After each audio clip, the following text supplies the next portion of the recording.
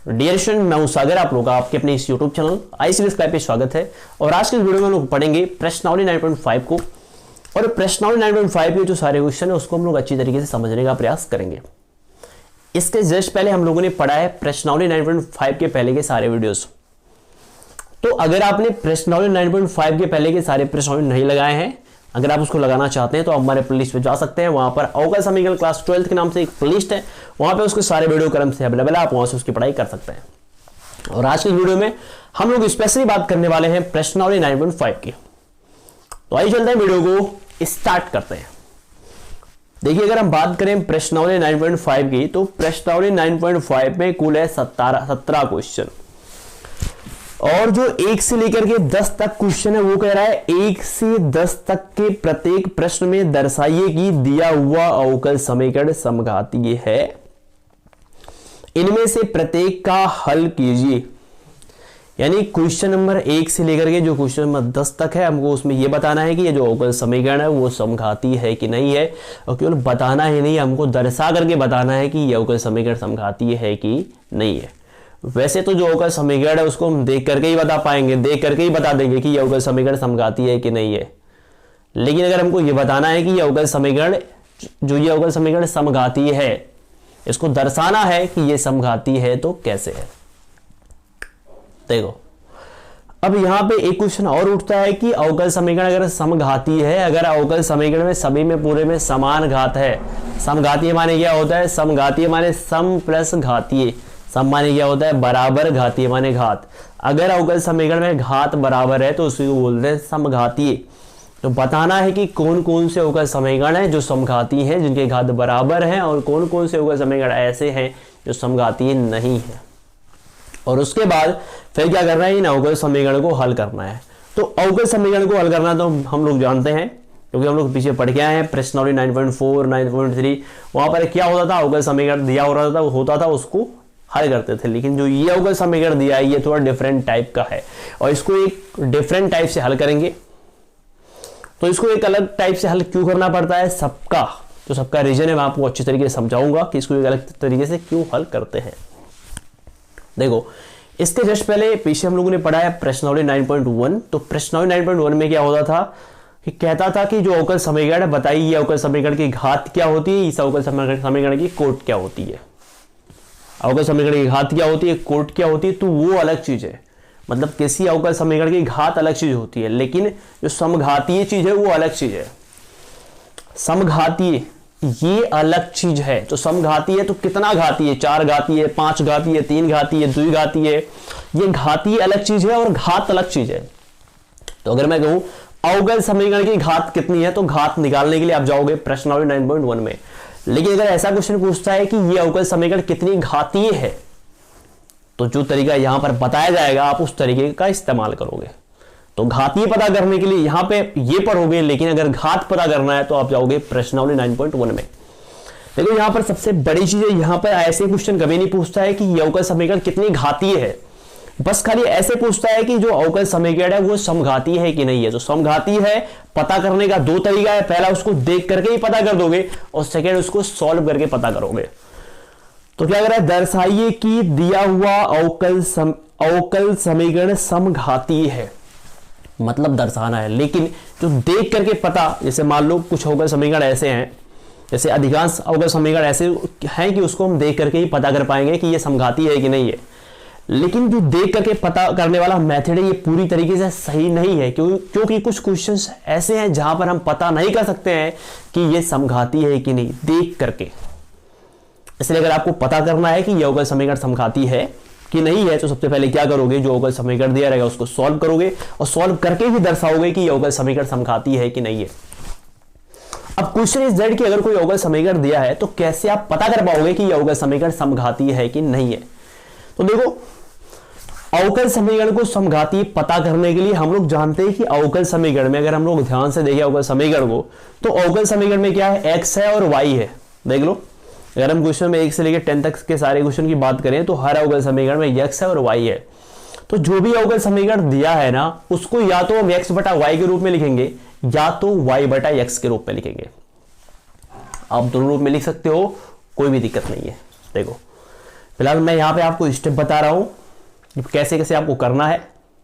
तो यहाँ पे जो बता रहा हूँ उसको आप अच्छी तरीके से समझ लो, क्योंकि ये पॉइंट अगर आप समझ गए तो आप फटाफट बता पाओगे कि ये समघाती है कि नहीं है। हो देखो, सबसे पहले अगर कोई अवकल समीकरण है, अगर हमको ये पता करना है कि ये जो अवकल समीकरण है वो समघाती है कि नहीं, तो सबसे पहले क्या करोगे, अवकल समीकरण को x बटा y के रूप में लिखोगे या तो y बटा x के रूप में लिखोगे। यानी अवकल समीकरण को y बटा x के रूप में भी लिख सकते हो और y बटा x दोनों में से किसी के रूप में आप लिख सकते हो, कोई दिक्कत नहीं है, ठीक है। तो जब भी आप अवकल समीकरण को x बटा y के रूप में लिखोगे तो ध्यान रखना कि अवकल समीकरण में फिर कहीं x नहीं होना चाहिए। अगर आप अवकल समीकरण को x बटा y के रूप में लिख देते हो तो फिर अवकल समीकरण में कहीं एक्स्ट्रा x नहीं होना चाहिए। अगर एक्स्ट्रा x मिल गया तो कहोगे ये अवकल समीकरण समघातीय नहीं है। और अगर आप अवकल समीकरण को y बटा x के रूप में लिखे हो तो अवकल समीकरण में कोई एक्स्ट्रा y नहीं होना चाहिए। यानी देखो जितने भी y होने चाहिए उसके नीचे x होना चाहिए, तब तो ठीक है समघाती है। लेकिन अगर कोई y एक्स्ट्रा आ गया जिसके नीचे x नहीं है तो कहोगे ये अवकल समीकरण समघाती नहीं है। समझ पा रहे हो? देखो आप जो अवकल समीकरण दिया उसको x बटा y के रूप में लिखोगे तो हमेशा पूरे अवकल समीकरण में x बटा y ही दिखना चाहिए, तो कहोगे समघाती है। लेकिन अगर कोई x ऐसा दिख गया जिसके नीचे y नहीं है तो कहोगे अवकल समीकरण समघातीय नहीं है। सेकेंड तरीका, अगर आप उसको y बटा x के रूप में लिखते हो, ठीक है, तो अवकल समीकरण में जहां भी y दिखे अगर उसके नीचे x है तो ठीक है वो समघातीय है। लेकिन अगर आपको कहीं y अकेले दिख जाए जिसके नीचे x ना हो तो वो समघातीय नहीं होगा।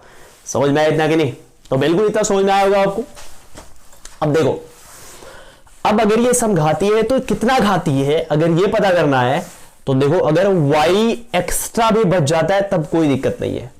मतलब x बटा अगर y के रूप में लिखे हो तो x अगर एक्स्ट्रा बच गया तो कहोगे ये समघातीय नहीं है। लेकिन अगर x एक्स्ट्रा नहीं बचा तो कहोगे ये समघातीय है। लेकिन अगर y एक्स्ट्रा बचता है तो इससे कोई फर्क नहीं पड़ता है, y एक्स्ट्रा बचे ना बचे कोई दिक्कत नहीं है। देखो अगर x बटा y के रूप में लिखे हो तो x एक्स्ट्रा नहीं बचना चाहिए, y एक्स्ट्रा बच सकता है, कोई भी दिक्कत नहीं है, बच भी सकता है नहीं भी बच सकता है। अगर उसको आप y बटा x के रूप में लिखे हो तो y कोई एक्स्ट्रा नहीं बचना चाहिए। अगर y एक्स्ट्रा बच गया तो वो समघातीय नहीं है, अगर नहीं बचा तो वो समघातीय है। लेकिन अगर y बटा x के रूप में लिखे हो और x एक्स्ट्रा बच जाता है तो इससे कोई दिक्कत नहीं, x एक्स्ट्रा बच भी सकता है नहीं भी बच सकता है, इससे कोई दिक्कत नहीं है। अब इसमें अगर x बटा y के रूप में लिखे हो और y जो बचा है अगर उसका घात 1 है तो कहोगे ये समघातीय है, लेकिन ये एक घातीय है। अगर इसका घात 2 बचता है तो कहोगे समघातीय तो है लेकिन ये द्विघातीय है। अगर इसका घात 3 बचता है तो कहोगे अवकल समीकरण समघातीय तो है लेकिन 3 घातीय है। बात समझ पा रहे हो? लेकिन अगर y बटा x के रूप में लिख रहे हो और कोई x ऐसा है जो एक्स्ट्रा बच जा रहा है तो अगर उस x के पावर 1 है तो कहोगे समघातीय है लेकिन एक घातीय है। x के पावर 2 है तो कहोगे समघातीय है लेकिन द्विघातीय है। x के पावर 3 है तो कहोगे समघातीय है लेकिन कितना घातीय है? 3 घातीय है। तो आई होप आपको ये पॉइंट अच्छी तरीके से समझ में आ गया होगा। अब मैं क्या करता हूं, क्वेश्चन नंबर पहला लेकर लेता हूं और क्वेश्चन पहला लेकर के आपको समझाता हूं कि ये समघातीय है कि नहीं है, और है तो कैसे है। तो पहले तो ये अगर मैं दर्शा देता हूं कि ये समघातीय है तो इसके बाद फिर इसको हमको हल भी करना होगा। ठीक है, तो आइए पहले हम क्वेश्चन पहला लेते हैं और चेक करते हैं कि ये समघातीय है कि नहीं है। तो आइए देख लेते हैं क्वेश्चन फर्स्ट। देखिए ये क्वेश्चन फर्स्ट, सबसे पहले हमको ये पता करना है कि ये समघातीय है कि नहीं है। तो अगर हमको ये पता करना है कि ये समघातीय है कि नहीं तो देखो सबसे पहले क्वेश्चन अगर आप सॉल्व करना चाहते हो, क्वेश्चन को सॉल्व करने के लिए देखो नीचे कह रहा है क्या, इनमें से प्रत्येक का हल कीजिए। मतलब हल भी करना है तो सबसे पहले क्या करना है, dy अपॉन dx की वैल्यू निकाल लेनी है। चाहे तो dy अपॉन dx की वैल्यू निकालो, चाहे तो dx बटा dy की वैल्यू निकाल लो। ध्यान दो, आप चाहो तो dy अपॉन dx की वैल्यू निकाल सकते हो या तो आप dx अपॉन dy की वैल्यू निकाल सकते हो, कोई दिक्कत नहीं है। लेकिन यहां पर मैं आपको एक चीज बता दूं कि अगर आप dy अपॉन dx के रूप में अगर आप उसको लिखे हो तो जो अवकल समीकरण है उसमें उसको y बटा x के रूप में लिखोगे, मतलब y के नीचे x को लिखोगे। लेकिन अगर उसको dx अपान dy के रूप में लिखो, एक मिनट, हाँ, अगर उसको आप dx अपान dy के रूप में लिखे हो तो जो अवकल समीकरण है उसको x बटा y के रूप में लिखोगे। देखो मैंने आपको बताया था कि अगर समघाती हमको बताना है तो समघाती बताने के लिए x बटा y या y बटा x के रूप में लिखोगे। लेकिन यहां पर अगर आप dy अपान dx के रूप में इसको लिखे हो तो आपको y बटा x के रूप में लिखना पड़ेगा, y बटा x के रूप में लिखना पड़ेगा। लेकिन अगर आपने dx अपान dy के रूप में लिखा तो उसको x बटा y के रूप में लिखना पड़ेगा। तो बेहतर होगा ये dy अपान dx के रूप में लिखो तो बहुत बढ़िया होगा। लेकिन कोई भी दिक्कत नहीं, आप दोनों तरीके से लिखोगे, आंसर दोनों तरीके से आएगा और दोनों तरीका सही है। तो आओ लिख लेते हैं dy अपान dx के रूप में। तो देखो ये है dy और dx नीचे है, d है dx नीचे आएगा तो ये हो गया dy बटा dx। अब ये इसके नीचे आया है तो इसके नीचे ये जाएगा, इसके नीचे ये आया तो इसके नीचे ये जाएगा। तो ये क्या है x square plus Y square बटा ये आएगा नीचे तो x square plus x y। देखो मैं आपको बता दूं ना, बिना सॉल्व किए हम बता सकते हैं कि ये समघाती है कि नहीं। और देख लो फटाफट बिना सॉल्व किए, x की पावर यहाँ पे 2 घात है, एक यहाँ भी 2 घात है, 2 घात यहाँ भी है, 2 घात यहाँ भी है, सभी जगह 2 घात है तो ये समघाती है। ठीक है, तो अगर आप देख करके अगर आप नियम लगाओगे तो आप बात सकते हो। बहुत सारे क्वेश्चन ऐसे आएंगे जिसमें आप जिसको देख करके आप नहीं बता सकते हो। तो सबसे बेहतर तरीका है पहले आप उसको अच्छी तरीके से सॉल्व कर लो, सॉल्व करके ही बताओ कि वो समघाती है कि नहीं है। तो आओ चलो सॉल्व कर लेते हैं। देखो यहां पर मैंने क्या किया, ये जो अवकल समीकरण था इसको हमने लिख लिया dy अपान dx के रूप में। तो ये हो गया dy अपान dx के रूप में। तो यहां पे क्या करना है, y बटा x के रूप में लिखना है। ये जो वैल्यू हमको मिली है इसको लिखेंगे y बटा x के रूप में। तो y बटा x के रूप में लिखने के लिए क्या करोगे, y बटा x के रूप में लिखने से x से भाग करोगे तभी ये y बटा x के रूप में लिखाएगा। या देखो बहुत ही सिंपल तरीका है, मैं आपको एक आसान तरीका बताता हूं। dy अपान dx, देखो y बटा x के रूप में लिखना है। क्यों लिखना है, क्योंकि देखो यहां पर dy अपान dx है। तो अगर यहां पे dy अपान dx है तो ऊपर y है नीचे x है, इसको लिखना है y बटा x के रूप में। और y बटा x के रूप में इसको लिखना चाहते हो ना तो देखो ऊपर अगर y बटा x के रूप में लिखना है तो ऊपर तो x नहीं है ना। अगर आप y बटा x के रूप में लिखना चाहते हो तो x तो नीचे है, x तो ऊपर है नहीं। क्यों, तो अगर x ऊपर नहीं है ना तो देखो इसमें देखो x का सबसे बड़ा घात क्या है, तो ऊपर x का सबसे बड़ा घात 2 है ना, उसी को कॉमन ले लो। तो x तो ऊपर हो नहीं सकता है क्योंकि आप y बटा x के रूप में लिख रहे हो। और नीचे देखो जो x है, x का सबसे बड़ा घात क्या है, 2 है, तो उसको भी कॉमन ले लो। समझ पा रहे हो ना, यानी देखना है ऊपर नीचे, x ऊपर भी देखना है x का सबसे बड़ा घात कौन है उसको कॉमन लेना है, फिर नीचे देखना है x का सबसे बड़ा घात कौन है उसको भी क्या करना है, कॉमन लेना है। तो ऊपर x का सबसे बड़ा घात 2 है तो x स्क्वायर मैंने कॉमन ले लिया तो ये हो गया 1। देखो एक चीज मैं आपको बता दूं कि आप जो कॉमन लेते हो ना उसी से आपको भाग करना पड़ता है। तो यहां पे आपने x स्क्वायर कॉमन लिया तो x स्क्वायर से भाग करना पड़ेगा, तो x स्क्वायर से भाग कर दिया गया। ये है y स्क्वायर, x स्क्वायर आपने कॉमन लिया तो x स्क्वायर से भाग करना पड़ेगा बटा नीचे भी x का सबसे बड़ा घात क्या है, 2 है, तो x स्क्वायर कॉमन ले लो। तो x स्क्वायर अगर आपने कॉमन लिया तो x स्क्वायर से भाग करना पड़ेगा। तो ये देखो x स्क्वायर बटा x स्क्वायर प्लस ये क्या है x y बटा x स्क्वायर, इससे ये कट गया। फिर dy अपान dx बराबर इसी ये कटा, देखो ये हो गया 1 प्लस ये हो जाएगा y बटा x का होल स्क्वायर, इससे ये कट गया। यहां पे बचा 1 प्लस 1 x से 1 x कट गया, बचा y बटा x। अब ये जो चीज मिली है हमको ना, इसको आप बहुत ध्यान से देखो। इसको हमने क्या किया, y बटा x के रूप में लिखा। क्यों लिखा, क्योंकि यहां पर dy अपान dx है। तो सबसे पहला रूल कि मैंने इसको dy अपान dx के रूप में लिख लिया। लिखने के बाद देखो इसमें क्या ये y बचा है, y कहीं एक्स्ट्रा बचा है, तो बिल्कुल नहीं y बचा है। जहां जहां y है उसके नीचे उतना ही x है। ध्यान देना, जितना y होना चाहिए उतना ही x होना चाहिए। जैसे यहां पर 2y है तो यहां पर 2x भी है, यहां पर 1y है तो यहां पर क्या है, 1x भी है। तो y अपान x के रूप में जब लिखा तो y एक्स्ट्रा नहीं बचा तो कहोगे ये समघाती है। लेकिन अगर y एक्स्ट्रा बच जाता तो ये समघाती नहीं होता। लेकिन x एक्स्ट्रा बच भी सकता है, नहीं भी बच सकता है। अगर यक्स एक्स्ट्रा बच रहा है तो उसके ऊपर जो घात होगा वो उतना घातीय होगा। देखो इसमें यक्स एक्स्ट्रा नहीं बचा, तो अगर यक्स एक्स्ट्रा नहीं बचा तो यक्स के ऊपर यहां पे जीरो कर सकते हैं कि नहीं कर सकते? क्योंकि एक्स के ऊपर जीरो की वैल्यू क्या होती है? एक होती है, तो इसकी वैल्यू एक होगी, कोई दिक्कत नहीं है। तो जो यक्स एक्स्ट्रा बचा है उसका पावर जीरो है, तो ये क्या हो जाएगा? ये हो जाएगा जीरो घातीय। यानी ये जो अवकल समीकरण है वो कितना घातीय है? तो अवकल समीकरण जीरो घातीय है। और पहले जो समघातीय है, देखो यहां पे हमको ये नहीं बताना था कितनी घातीय है, पर हमको ये बताना था कि ये समघातीय है कि नहीं। तो सिंपल सी बात है, जब इतना कर दोगे तो करने के बाद क्या बोलोगे? कहोगे चूंकि कोई यक्स एक्स्ट्रा नहीं बच रहा है, सॉरी कोई वाई एक्स्ट्रा नहीं बच रहा है, इसलिए ये क्या है? समघातीय है। तो पहला चीज क्लियर हुआ कि ये समघातीय है। अब समघातीय जब कोई रहता है तो उसको आप कैसे सॉल्व करते हो, तो आप फटाफट देख लेते हैं और इसको समझ लेते हैं। यहां तक आपको कर देना है। इसके बाद मैं इसको तो मिटा देता हूं, लेकिन इसके बाद फिर आपको यही चीज उतार देनी है। यही चीज माने यही चीज आपको फिर उतारनी है। जो आपने उसको डी बटा dx या dx अपान dy के रूप में लिखा था, उसको पुनः उतारना है। और उतारने के बाद क्या होता है ना, देखो इसके बाद हम लोग क्या करते थे, हम लोग इसके पहले पढ़े हैं प्रश्नावली 9.4। तो वहां पे हम लोग क्या करते थे कि जो dy अपान dx है उसको दो भागों में बांट लेते थे, और बांटने के बाद क्या करते थे, जिधर dy होता था उधर y को लेके चले जाते थे, जिधर x होता dx होता था उधर x को लेके चले जाते थे। यही तो करते थे। जैसे अगर हम इस ऊपर वाले क्वेश्चन में देखें तो इधर dy इधर dx है, तो dy इधर है तो इधर सारे y को आना चाहिए, पर ये वाला y इधर आ ही नहीं सकता। यहां पर dx है तो इधर सारे x को जाना चाहिए, जैसे यहां पर dx है तो जितने भी x है सारे x उधर जाना चाहिए, पर इधर ये वाला x उधर जा ही नहीं सकता। समझ पा रहे हो?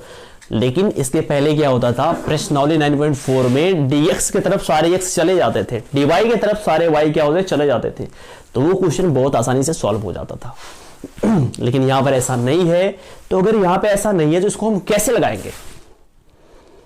ये जो अवकल समीकरण है इसको हम कैसे सॉल्व करेंगे और यहां से कैसे हम इसका व्यापक हल निकालेंगे? क्योंकि यहां पर बेसिस चल तो निकल सकता नहीं है, बेसिस चल निकालने के लिए सी का मान निकालना होगा, तो सी का मान किसी तरीके से निकल ही नहीं सकता। तो यहां पे हमको व्यापक हल निकालना है। व्यापक हल का मतलब कह रहा है प्रत्येक का हल निकालो। कौन सा हल निकालना है? व्यापक हल निकालो। तो ऐसे क्वेश्चन को कैसे सॉल्व करते हैं? तो देखो मैं यहां पे आपको बता दूं कि अगर यहां पे dy अपान dx है, अगर यहां पे dy अपान dx है तो इसका मतलब y बटा x की वैल्यू क्या होती है? b होती है। कुछ भी आप मान सकते हो, कोई दिक्कत नहीं है। लेकिन अगर आप इसको dx अपान dy के रूप में लिखे हो तो x बटा y की वैल्यू b मान सकते हो आप। इतनी बात समझ पा रहे हो? अगर इसके रूप में है तो इसकी वैल्यू b हो जाएगी, अगर इसके रूप में है तो इसकी वैल्यू आप b मान सकते हो, यल मान सकते हो, कुछ भी मान सकते हो। तो देखो ये dy अपान dx के रूप में, तो y बटा x बराबर b हो जाएगा। यहां से y की वैल्यू क्या निकलेगा? y बराबर हो जाएगा क्या? y बराबर क्या हो जाएगा? बटा 1 करोगे y बराबर एक्स बी हो जाएगा। तो कह सकते हो माना y बराबर एक्स बी, ठीक है। और अगर आप इसको dx अपान dy के रूप में लिखे होते तो x बराबर क्या हो जाता? y भी हो जाता। इतनी बात समझ पा रहे हो? चलो इसके बाद इसका अवकलन करते हैं। इसका अवकलन किसके सापेक्ष करेंगे? तो देखो यहां पर जो अवकलन किया गया है x के सापेक्ष है, तो इसको भी क्या करेंगे? x के सापेक्ष करेंगे इसका अवकलन। तो कैसे होगा अवकलन? देखो ये हो जाएगा dy अपान dx, इसका अवकलन करेंगे तो ये हो जाएगा ddx, जो कि x के सापेक्ष हो रहा है, और ये हो जाएगा x इंटू b। इसके बाद क्या होगा? ये dy अपान dx, यहां पर देखो दो फंक्शन मल्टीप्लाई हो रहा है, तो दो फंक्शन जब मल्टीप्लाई हो रहा है तो क्या करोगे? पहले को पकड़ोगे, दूसरे का अवकलन, x को पकड़ोगे v का अवकलन, तो dv अपान क्या हो जाएगा? dx, और b को पकड़ोगे, क्या करोगे? b को पकड़ोगे, x का अवकलन करोगे, तो x का अवकलन क्या आएगा? 1 आएगा। बस इस पूरे को आपको मानना है समीकरण नंबर फर्स्ट। क्या कह सकते हो? इस पूरे को आप समीकरण नंबर फर्स्ट मान सकते हो, इस पूरे को आप समीकरण नंबर सेकंड मान सकते हो, और आप कह सकते हो कि समीकरण नंबर सेकंड है उसका मान समीकरण नंबर फर्स्ट में रखने पर। सबसे पहले आपको यहां पे इतना कर लेना है। इतना करने के बाद इसको समीकरण सेकंड मानना है, इसकी वैल्यू समीकरण फर्स्ट में रखनी है। तो यहां पे आप लिख लेना कि समीकरण सेकंड का मान समीकरण फर्स्ट में रखने पर, तो मैं रखता हूं डायरेक्ट तो ये हो जाएगा देखो डी वाई, देखो D Y upon D x की जो वैल्यू आई है, D Y upon D x की वैल्यू ये है, तो क्या करेंगे इसके स्थान पे ये रखेंगे, तो ये हो जाएगा x D V upon D x, और ये प्लस क्या हो जाएगा वी बराबर ये है एक्स स्क्वायर और प्लस वाई की वैल्यू क्या है, वाई बराबर एक्स वी है, तो स्क्वायर करेंगे तो ये हो जाएगा एक्स स्क्वायर वी स्क्वायर बटा एक्स, ये एक्स स्क्वायर है प्लस वाई की वैल्यू क्या है एक्स वी, तो वाई के स्थान पे एक्स भी रखेंगे तो ये हो जाएगा एक्स स्क्वायर बी। इसके बाद एक स्टेप और चलेंगे, देखो एक्स स्क्वायर यहां भी है, एक्स स्क्वायर यहां भी, आप कॉमन ले लो तो ये हो जाएगा एक्स स्क्वायर, कॉमन लोगे तो यहां पे एक प्लस यहां पे हो जाएगा ये वी स्क्वायर बटा एक्स स्क्वायर, दोनों जगह एक्स स्क्वायर आप कॉमन ले सकते हो, एक्स स्क्वायर कॉमन ले लो तो यहां बचेगा एक प्लस बी, देखो इससे ये कट गया और इससे ये कट गया, तो एक स्टेप और चलो, वन प्लस बी स्क्वायर बटा वन प्लस क्या हो जाएगा बी। इसके बाद क्या है ना, इसके बाद ये जो v है इसको उधर लेके जा सकते हो, तो हम लोग लेके चले जाते हैं यहां पर, देखो इसके बाद क्या करना है आपको, ये है D Y X D Y upon D Y नहीं है सॉरी, ये डी वी है, तो यहां पर क्या हो जाएगा D V upon D X बराबर ये v चला जाएगा उधर, तो ये क्या है वन प्लस बी स्क्वायर बटा वन प्लस बी, और ये भी उधर जाएगा तो क्या हो जाएगा माइनस बी और बटा वन, फिर ये हो जाएगा एक्स डी वी बटा डी एक्स बराबर एलसीएम लोगे तो क्या हो जाएगा वन प्लस बी, और ये हो जाएगा वन प्लस बी का स्क्वायर, इसका इसमें मल्टीप्लाई होगा तो आएगा माइनस बी और minus B square, B square से बी स्क्वायर कट गया, ये हो गया एक्स डी वी बटा डी एक्स बराबर क्या वन माइनस बी बटा वन प्लस बी। देख रहे हो, इसके बाद अब ये क्वेश्चन बन गया जैसे हम लोगों ने पढ़ा था प्रश्नावली 9.4। प्रश्नावली 9.4 में क्या करते थे, इसके बाद दो भागों में इसको बांट लेते थे। देखो मैं आपको बताऊं कि ये सारी चीजें इसलिए करी गई है ना जिससे कि ये क्वेश्चन हो जाए आसान, मतलब ये क्वेश्चन प्रश्नावली 9.4 की तरह हो जाए। अब क्या करना है, तो इसके बाद क्या करना है, देखो यहाँ पे ये dv है, dv की तरफ क्या करोगे v वाले को ले आओगे। देखो इसके बाद का स्टेप क्या है ना कि dv को एक तरफ कर लोगे, dx को एक तरफ कर लोगे, तो कर लो। देखो ये हो जाएगा x, ये हो जाएगा dv बराबर dx उधर जाएगा तो ये हो जाएगा वन माइनस बी, और बटा ये हो जाएगा वन प्लस बी, और dx चला जाएगा उधर। इसके बाद इसको ले आते हैं इधर, देखो इधर dv है तो dv की तरफ ले आते हैं b वाले को, इधर dx है तो dx की तरफ लेके चले जाते हैं x वाले को, तो ये इधर आएगा तो ये इधर आएगा तो वन प्लस ये हो जाएगा b, और ये नीचे आएगा तो ये हो जाएगा वन माइनस बी, यहाँ पर ये क्या है dv, x चला जाएगा नीचे तो ये हो जाएगा वन अपान एक्स, और ये क्या हो जाएगा dx। देखो इसके बाद ये बन गया हमारा अवकल समीकरण प्रश्नावली 9.4 की तरह। तो क्या करना है, इसका सिंपली समाकलन कर देना है, समाकलन करने के बाद प्लस सी कांस्टेंट ऐड कर देना है, और ऐड करने के बाद फिर क्या है, देखो यहाँ पर क्या होगा, b बचेगा। तो हम लोग जानते हैं कि हम लोगों ने यहाँ पे माना था कि y बराबर vx, तो यहां से b की वैल्यू निकालेंगे और b की वैल्यू निकाल करके b बराबर w by x, sorry w कह रहा है y बाई एक्स, तो b के स्थान में y बाई एक्स रख देंगे, उसके बाद जो भी आएगा वो हो जाएगा आंसर। लेकिन ये क्वेश्चन थोड़ा सा डिफिकल्ट है, इसलिए इसको हमको बताना पड़ेगा इसको आप कैसे लगाओगे। देखो इस क्वेश्चन में जो ये चीज है, अगर इसका आप समाकलन करना चाहते हो तो इसका समाकलन करने के लिए हमको चलना पड़ेगा आंशिक भिन्नों पर। मैंने आपको पढ़ाया था प्रश्नावली 7.4 या 5 में पढ़ाया था आंशिक भिन्नों के बारे में, और वहां पे मैंने आपको एक चीज बताया था कि जब अंश और हर का घात सेम सेम होता है तो क्या करते हैं कि अंश में हर का भाग करते हैं। ऐसा तब करते हैं जब अंश और हर का घात क्या होता है, सेम सेम होता है। जैसे यहाँ पर अंश का घात 1 है, हर का घात क्या होता है 1 है, दोनों का घात सेम सेम है, तो क्या करोगे अंश में हर का भाग करोगे। और भाग इसलिए किया जाता है, भाग करने से क्या होता है कि जो अंश वाला घात होता है वो छोटा हो जाता है, जिससे समाकलन करने में बहुत ही आसानी होती है। तो समाकलन करेंगे, ये समाकलन कर सकते हो आप, इसमें इसका भाग करेंगे, तो इसमें इसका भाग करेंगे तो देखो ये है वन प्लस बी, और इसमें भाग करना है किसका, इसका, माने वन माइनस बी। और भाग करने के लिए जो इनका ये घात है इनको सही क्रम में लिखेंगे, मैंने आपको वहां पे बताया था। और भाग देने के लिए हमेशा ये काम करते हैं, तो पहले क्या लिखेंगे, ये हो जाएगा b प्लस वन और इसको सही से लिखेंगे तो ये हो जाएगा माइनस बी प्लस 1। देखो भाग कैसे करते हैं, तो भाग करने के लिए यहाँ पर जो v है तो यहाँ पर भी b आना चाहिए, जिससे कि चिन्ह बदलने पर ये कट जाए। तो यहाँ पर b कैसे आएगा, जब माइनस एक बार लेके जाओगे तो माइनस माइनस क्या होगा, प्लस हो जाएगा, और ये प्लस b हो जाएगा। प्लस माइनस का ये हो जाएगा माइनस, एक करने में क्या आएगा, एक, फिर चिन्ह बदलेगा, यहाँ पे प्लस है तो माइनस, यहाँ पे माइनस है तो प्लस हो जाएगा, इससे ये कटेगा और एक क्या हो जाएगा, 2 हो जाएगा। हम जानते हैं कि अगर ये 13 है, 13 में 5 से भाग कर रहे हो तो 5 दूना क्या हो जाएगा 10, और 3 आएगा। इसको लिख सकते हो 2 सही 5/3, या इसी को लिख सकते हो 2 + 3/5। अरे 2 पंचे 10, 3 13/5, बात तो एक ही है। या देखो ये जो यहाँ पे होता है ना, इसको प्लस यहाँ पे लिखते हैं, फिर प्लस, तो ये आता है उसको यहाँ पे लिखते हैं, जिससे भाग करते हैं वो यहाँ पे लिखते हैं, तो ऐसा कर सकते हो। इसके बाद इस चीज को यहाँ पे लिखते हैं, तो इंटीग्रेशन, ये जो प्रोसेस है ना, पहले क्या करेंगे कि जो आया है उसको लिखेंगे यहाँ पर, तो क्या आया है, -1 आया है, फिर प्लस, तो यहाँ पर प्लस करेंगे, जो शीर्ष पर आया है 2 उसको यहाँ पे लिखेंगे, बटा जिससे भाग कर रहे थे वो यहाँ पे लिखेंगे 1 - b, और ये क्या है dv, तो यहाँ पर क्या हो जाएगा, ये हो जाएगा dv बराबर, ये हो जाएगा इंटीग्रेशन 1/x, और ये हो जाएगा dx।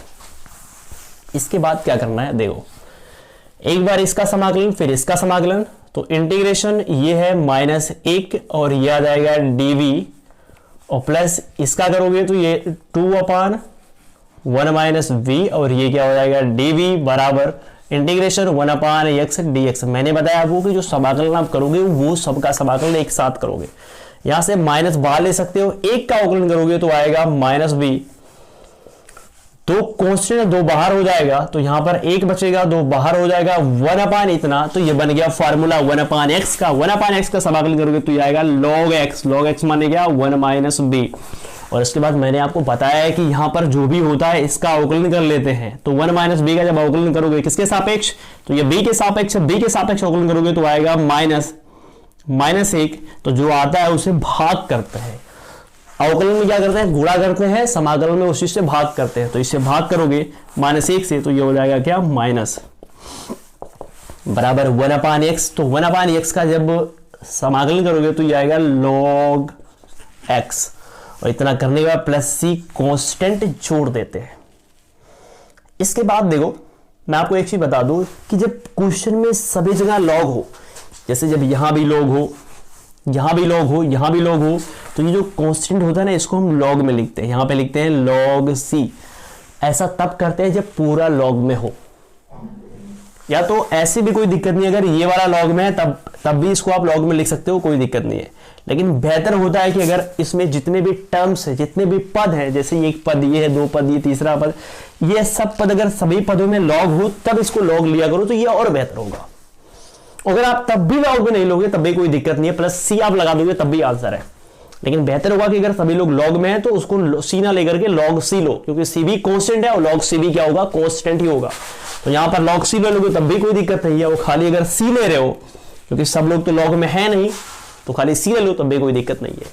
या तो यहां जो ये c है, c के स्थान पे अगर आप रख देते हो log c तब भी कोई दिक्कत नहीं है। चलो रख देते हैं, ये -y, तो -v की वैल्यू क्या है, तो -v की वैल्यू यहां से v की वैल्यू निकाल सकते हो y/x, तो ये v की वैल्यू आ जाएगी y/x, तो ये हो जाएगा y/x, और माइनस ये log 1 - b की वैल्यू क्या है y/x, तो इसका आप स्क्वायर कर सकते हो इसको, और ये बराबर हो जाएगा log बन गया है a + log b का फार्मूला, इसका इसमें गुणा हो जाएगा, तो ये x और c हो जाएगा।